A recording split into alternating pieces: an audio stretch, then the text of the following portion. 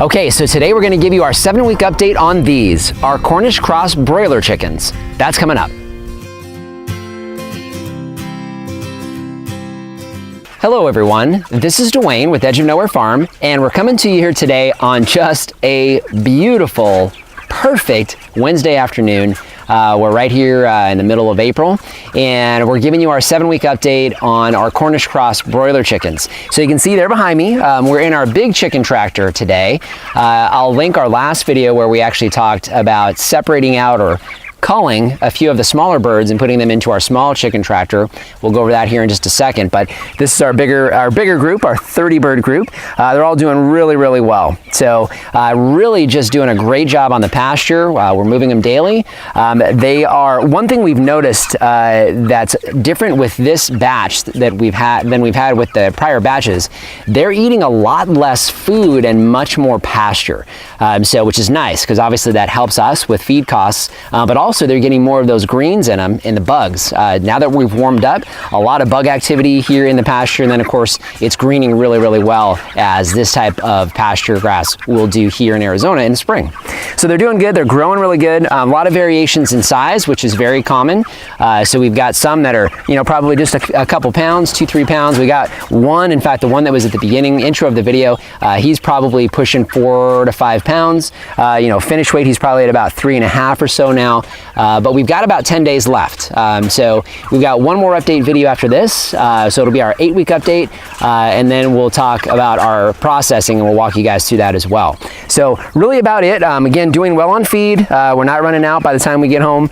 They're doing really good on the water, and they're doing fantastic on the pasture. So one thing we did want to do real quick is we kind of wanted to give you an idea of what effect these birds have on our pasture and the rotation. So we want to show you that next. So we're going to take a little break and come right back to you and show you that now. Okay, so I'm just outside the tractor. It's right here next to me, and I just wanted to show you really quick where they're headed. So where they're going to be tomorrow. So this is the pasture they're going to be on tomorrow. A good mix of things. We've got some mallow in here. We got some, I don't know, miscellaneous desert weeds, because I don't know what else they would be. We've got grass in here as well. So the perennial ryegrass is coming in real heavy, which, you know, is really nice to see at this point. You know, we're getting into the, well, middle of April, getting towards the end of April, actually. But we've got really good growth on the grass. We're keeping it watered well. And actually the birds have already come through here once before. So they were on this pasture about 2 months ago. So it's recovered really well. That's where they're headed. So what I wanted to do, I wanted to show you the effect that they have on the pasture. So if Lori comes over this way and pans down, you'll see this is where the birds were 2 days ago.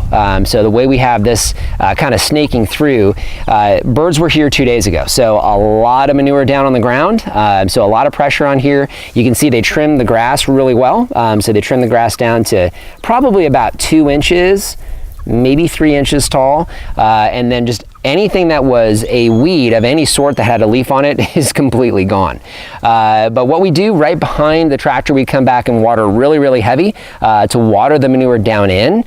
So this is basically a day of no birds. Right next to that would be where they were up until just a few minutes ago. So what we're gonna do, we're gonna walk down our pasture here real quick, and Lori's gonna kind of pan through and kind of walk back a few days. So what you just saw was basically day before yesterday. So 2 days ago, this is 3 days ago. As we keep going, you'll see 4 days ago. You can see it's real barren, not much besides manure and dirt, but as we keep coming back, you'll see a couple spots where they took dust baths and kind of dug a little bit more out than we wanted them to, but not hard to overseed.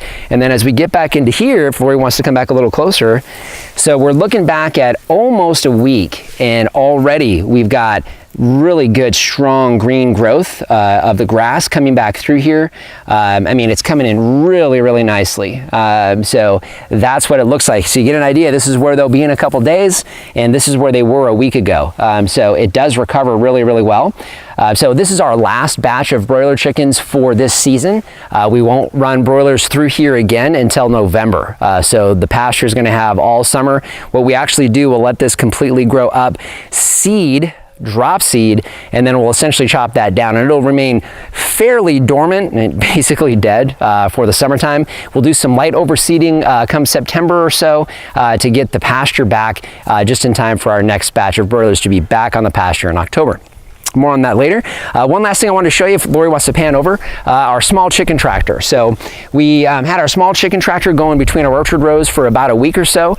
Since we've got them for about 10 more days and I've got a little bit of pasture left, I wanted to get them back on green. So we got them back on the pasture today, and they'll remain on pasture up until the day before processing. So our small chicken tractor doing really, really well. These guys are still pretty small compared to the large tractor, but we get a lot of growth in that last week, and we'll give you an update on that coming up here soon.